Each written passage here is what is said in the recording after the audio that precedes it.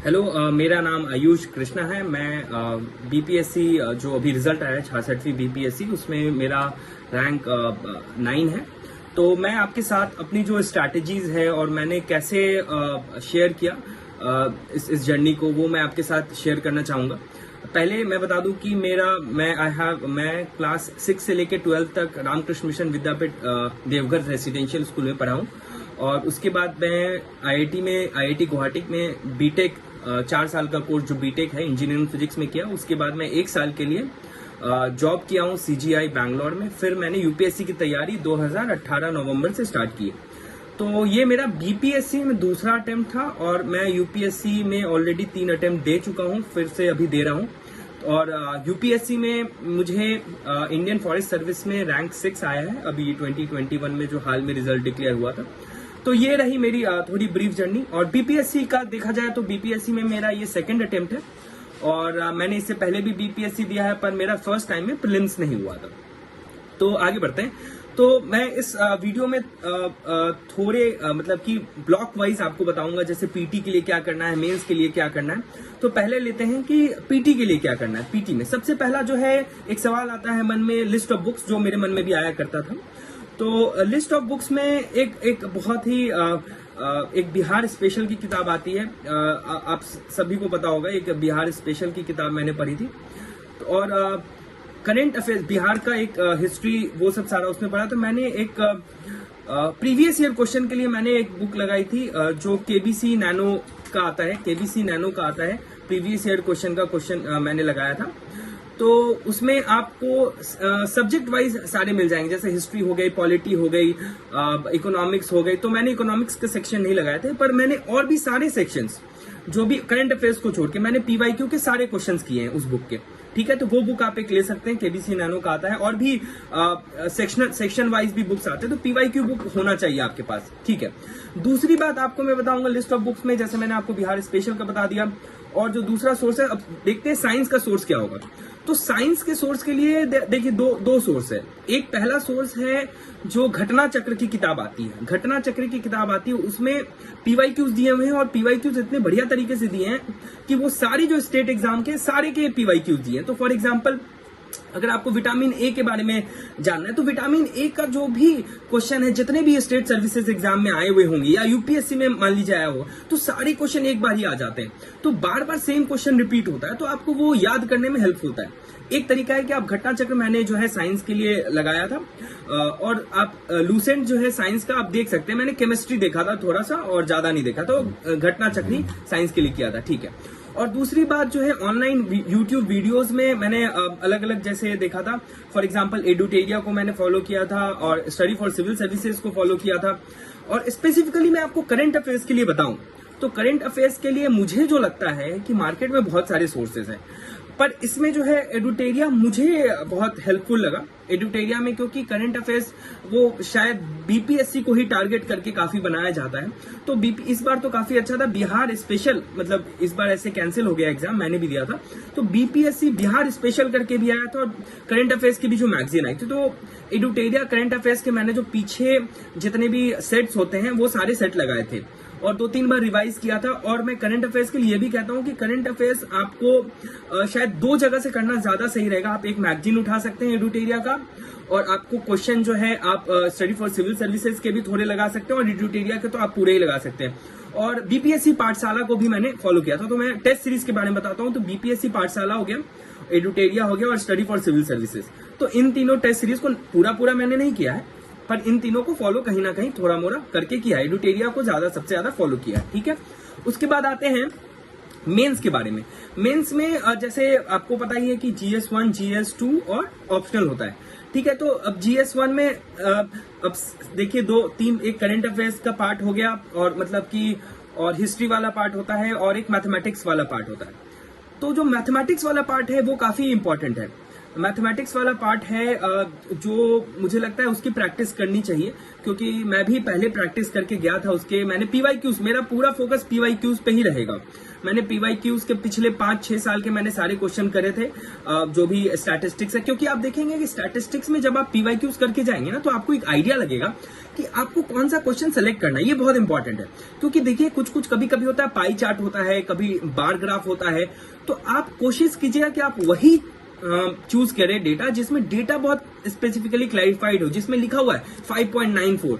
अगर आपको bar graph पे देख के डेटा लिखना पड़ रहा है तो कोशिश कीजिएगा कि उसको अवॉइड करें, क्योंकि हो सकता है एग्जामिनर जो है कोई और डेटा ले ले और उसके वजह से आंसर डिफर करे। तो कोशिश कीजिएगा जो आंसर, क्योंकि एक बार एक क्वेश्चन भी आ गया था जिसमें डेटा तो साफ लिखा हुआ था पर यूनिट लिखा हुआ था, कॉटन का कुछ यूनिट था, वो नहीं पता होता है। पर मेरे बेल करके तो मेरे फ्रेंड से बात हुई, वो ऑलरेडी क्वालिफाइड है, बीपीएससी रैंक 4 आ चुका है, तो उसने बताया कि उसने वही लिया, क्योंकि और उसने अज्यूम कर लिया कि इसकी वैल्यू इतनी होगी क्योंकि उसमें डेटा क्लियरली था। तो डेटा क्लियरली लिखने से फायदा होगा कि आपका वो एक्यूरेसी बढ़ जाएगा। तो इस पे आपको प्रैक्टिस करना काफी जरूरी है। ठीक है, आगे बढ़ते हैं। और आप देखेंगे जो हिस्ट्री वाला सेक्शन होता है, हिस्ट्री वाला सेक्शन जो है वो कहीं ना कहीं you can predict all of them. मेरे केस में तो ऑल ऑफ देम प्रिडिक्टेड था, क्योंकि मैंने जो टेस्ट सीरीज ली थी इसमें भी स्टडी फॉर सिविल सर्विस का डेली आंसर राइटिंग कोर्स करा था, और जिसमें ऑब्वियसली मैं हर रोज नहीं लिख पाया था क्योंकि और भी प्रिपरेशन चल रही थी। पर टेस्ट सीरीज मैंने कोशिश की थी जो एडुटेरिया का है उसको मैं लिख के सबमिट करूं, तो उसमें क्वेश्चंस रिपीट, जैसे पटना कलम आया है इस साल तो अगली बार नहीं आएगा, फिर भी प्रिपेयर आपको करना है। बट मोर लाइकली आप जो है उसको प्रिडिक्ट कर पाएंगे अगर आप क्वेश्चन एनालिसिस ढंग से करते हैं तो। और जहां तक करेंट अफेयर्स की बात है, मतलब जहां भी जो भी सेक्शन में आता है तो उसको बहुत ज्यादा बॉदर करने की जरूरत है नहीं, क्योंकि हो सकता है बहुत ऑब्सक्योर आ जाए। जैसे ग्रीन हरित ऐप पे आपको पूरा लिखने दे दिया गया, तो आपका जो जनरली स्टडीज चल रहा है, मतलब जो भी मैगजीन आप करंट अफेयर्स के लिए फॉलो करते हैं उसके लिए कर सकते हैं। GS2 में वही मेरा सोर्स लक्ष्मीकांत था, पॉलिटी इकोनॉमिक्स के लिए जो भी यूपीएससी के प्रिपरेशन के दौरान था वही था, मतलब स्पेसिफिकली मैंने अलग से नहीं किया था। पर मैं वही कहूंगा कि आपको पीवाईक्यूज पे आपको ध्यान देना है, क्योंकि आप देखिए यहाँ पे जो है पेज लिमिट नहीं होता है, मतलब टोटल पेज की लिमिट है, पर ऐसा नहीं है कि जैसे यूपीएससी में क्वेश्चन दिया है 10 नंबर के लिए 2 पेज और 15 नंबर के लिए 3 पेज, ऐसा नहीं है। तो आपको यहाँ पे ध्यान देना पड़ेगा कि आप पेज जो है अपने हिसाब से कितने क्वेश्चन को आप कितना पेज देंगे, आपको ये ध्यान रखना पड़ेगा। क्योंकि मेरे साथ एक समस्या ऐसे आ रही थी कि मैं शुरू में काफी लिख दिया था और फिर लास्ट में मेरे को जाके पेज कम पड़ रहा था, तो फॉर्चुनेटली मैंने बीच ऑफ मतलब एग्जाम के मिडिल में ही वो उसको गिन लिया, तो फिर वो मैं मैनेज कर पाया। तो एक पेज मैनेज करना भी एक इशू होता है जो आपको करना है। ठीक है, और मेरे हिसाब से जैसे जीएस के आंसर्स में आप देख सकते हैं जो सबको यही बोलते हैं और ये सही में काम भी करता है। आप अगर इकोनॉमिक्स का सवाल लिख रहे हैं तो आपको उसको सब्सटैंशिएट करना पड़ेगा। फॉर एग्जांपल NHSS 5 का डेटा हो गया, मतलब कुछ इकोनॉमिक सर्वे हो गया, तो आपको सब्सटैंशिएट करना पड़ेगा। और मैंने एक और चीज क्या की थी कि मैंने बिहार का बजट और इकोनॉमिक सर्वे से कुछ पॉइंट्स उठा लिए थे जो मैं सोचा था 100% यूज करके ही आना है, कुछ भी क्वेश्चन है, तो वो मैंने कुछ करा तो वो यूज भी हो गया। तो ये सब बात है। अब आप देखिए ऑप्शनल के पास, मेरा ऑप्शनल ज्यादा लोगों का होता नहीं है, ये फिजिक्स ऑप्शनल है, तो जिसके लिए इंटरेस्टेड है वो देख सकते हैं। फिजिक्स ऑप्शनल मेरा मैंने कोचिंग की है डायस इंस्टीट्यूट दिल्ली से, ऑनलाइन ऑफलाइन दोनों में होता है। तो मैंने फिजिक्स ऑप्शनल वहां से किया है, पर वो यूपीएससी ओरिएंटेड है, तो मैंने बीपीएससी के लिए फिजिक्स अलग से कुछ नहीं पढ़ा है, उसी से मेरा हो गया था। क्योंकि बीपीएससी में पेपर जो है फिजिक्स ऑप्शनल का, उसमें बहुत सारे टॉपिक्स नहीं है। और आप ध्यान दीजिएगा, मैंने पिछले 5 साल के जो पीवाईक्यूज है मैंने खुद से सॉल्व किए थे।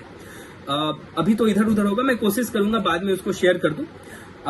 तो कहीं ना कहीं मतलब आपको, पर पॉइंट ये है कि आपको मतलब खुद से पीवाईक्यूज सॉल्व करने हैं, क्योंकि यहाँ पे पीवाईक्यूज जो है कुछ नहीं पीवाईक्यूज हो रहा है तो डोंट वरी, पर आपको पीवाईक्यूज खुद से सॉल्व करना है। I am reiterating the point कि पीवाईक्यूज खुद से सॉल्व करने, क्योंकि इस चैनल के थ्रू भी पीवाईक्यूज डालते थे वो लोग, पर मेरे को रियलाइज हुआ कि पीवाईक्यूज आपको खुद से सॉल्व करने। उसके लिए मैंने बुक के सोर्सेज में बताता हूँ। जैसे मैं क्या किया हूँ, जो भी बिहार का जो कॉलेज है, बिहार में जो कॉलेज है उसके जो बीएससी फिजिक्स के कोर्स हैं, फिर उसके बाद दिल्ली बीएससी फिजिक्स के कोर्स हैं, उसके जो पतली पतली बुकें आती हैं, मतलब जो गाइड टाइप होता है जिसमें क्वेश्चन दिया होता है, सॉल्यूशन दिया होता है, उसको मैंने देखा, क्योंकि कहीं ना कहीं क्वेश्चन उसी सब से उठाए हुए थे। मुझे काफी टाइम लगा इधर उधर देखने से। और एक और किताब है एस चांद का, जो है एस चांद का एक किताब आता है वॉल्यूम 1 to 3, जिसमें कि आपको सॉल्यूशंस मिलते हैं, मतलब कि आपको क्वेश्चन रहेगा, एस चांद का है, आप देखिएगा आपको मिल जाएगा, जिसमें सॉल्यूशंस मतलब क्वेश्चन रहेगा, बहुत सारा सॉल्यूशंस रहेगा, 3 वॉल्यूम आता। तो कहीं मतलब मैं बहुत अलग अलग सोर्सेज से मैंने इंटरनेट पे ढूंढा, अगर नहीं मिल रहा है तो मतलब मैं उस प्रोसेस में खुद से पीवाईक्यूज के सॉल्यूशन कोशिश किया बनाने का। वो मैं सजेस्ट करूंगा आपको भी करना चाहिए, ठीक है। अब मैं वही कह रहा हूं कि आपका जो तैयारी है वो पूरा का पूरा पीवाईक्यू पे फोकस होना चाहिए। आप फिजिक्स में फॉर एग्जांपल इस बार जो मैंने सारा पेपर करके आया, मार्क्स कितने आएंगे वो अभी देखते हैं, पर मैंने सारा क्वेश्चन करके आया, क्योंकि कहीं ना कहीं सारे जो क्वेश्चन थे वो प्रीवियस ईयर क्वेश्चन से ही रिपीटेड थे। तो आपको प्रीवियस ईयर क्वेश्चन को बहुत ही ज्यादा अच्छे से करना है, ठीक है। और इंटरव्यू का देखते हैं। इंटरव्यू के बारे में मैंने मॉक दिया था कुछ, धनंजय आईएएस में मॉक दिया था मैंने, उसके बाद दृष्टि आईएएस में मैंने मॉक दिया था, और अनअकैडमी मॉक दिया। तो मैंने मॉक इंटरव्यूज कहीं कहीं जाके दिए हैं, और इंटरव्यू के लिए कुछ बहुत खास तो नहीं किया। जैसे बीपीएससी मतलब बिहार के कभी कभी न्यूज फॉलो कर लिया करता था, पर नॉट एग्जैक्टली, क्योंकि मेरा दूसरा इंटरव्यू भी साथ ही साथ चल रहा था, 15 को ही था, 6 को मेरा बीपीएससी का इंटरव्यू था और 15 को यूपीएससी का। तो इंटरव्यू ओरिएंटेड प्रिपरेशन ही चल रही थी अपने बारे में। और बीपीएससी इंटरव्यू में आप देखेंगे कि मॉक जो है हमेशा बहुत रिफ्लेक्टिव नहीं होता है। बीपीएससी इंटरव्यू मोस्टली हिंदी में ही चलता है, और आप देखेंगे कि बीपीएससी इंटरव्यू में उनको आपका नाम भी नहीं पता होता है, आप कहां से हैं, कुछ भी नहीं पता होता है। पर अगर आप मॉक में जाते हैं तो उनको सारी इन्फॉर्मेशन होती है, आपका हॉबी क्या है, ये सब इन्फॉर्मेशन होती है, ऐसा नहीं पता होता है उनको। तो मॉक जो है वो बहुत ज्यादा रिफ्लेक्टिव नहीं है जो रियल इंटरव्यू है। आपसे अगर पूछा गया है तब आपसे वो सवाल पूछेंगे, अदरवाइज मेरे को जो लगता है वो ऑप्शनल सब्जेक्ट पे फोकस रहता है और जनरल करंट अफेयर्स पे फोकस होता है। ये बहुत ज्यादा ये नहीं करते हैं कि आप किस डिस्ट्रिक्ट से हैं, आपका नाम क्या है, ये सब पे ज्यादा फोकस नहीं होता है, तो उसमें चिंता करने का कोई विषय नहीं है। और यूपीएससी एक और सवाल है कि डेट 1 ऑन आफ्टर, अच्छा, तो मतलब इंटरव्यू के लिए प्रिपरेशन मैंने आपको बता दिया अलग अलग है। और बाद बाकी ओवरऑल एक्सपीरियंस अगर बीपीएससी प्रोसेस का रहा तो मेरा यूपीएससी के साथ साथ जो यूपीएससी का नॉलेज है वो भी काफी यूज हुआ। पर मैं जो सिर्फ स्पेसिफिकली बीपीएससी के लिए प्रिपेयर कर रहे हैं, मेरे हिसाब से प्री जो है वो मुझे लगता है कि सबसे टफ स्टेज है बीपीएससी का, because there is a lot of competition और वहां पे आपको बहुत सारे क्वेश्चंस ये करने पड़ते हैं। तो प्री पे बहुत ही ज्यादा फोकस करना चाहिए बीपीएससी में। और अगर आप मेंस के लिए आंसर राइटिंग कर रहे हैं तो आपको आंसर राइटिंग के साथ साथ थोड़ा कंटेंट इंप्रूवमेंट पे काम करना चाहिए। फॉर एग्जांपल मैं तो कहूंगा कि हर सब्जेक्ट के लिए आप 2-3 पेज देख लीजिए टॉपिक पे कि आप ये सब कंटेंट यूज करेंगे ही।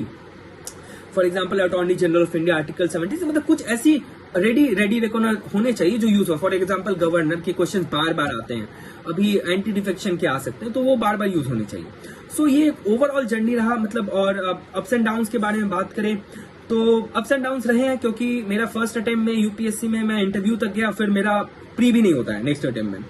तो उसके बाद मैंने बीपीएससी थोड़ा सोचा कि यहाँ भी कर सकते हैं, तो फिर मैंने बीपीएससी की जर्नी शुरू की। और बहुत ही मतलब इंटरेस्टिंग भी था, क्योंकि बिकॉज वहां पे थोड़ा अलग पढ़ना था, ऑप्शनल का फॉर्मेट थोड़ा अलग था, तो ये सब सही रहा।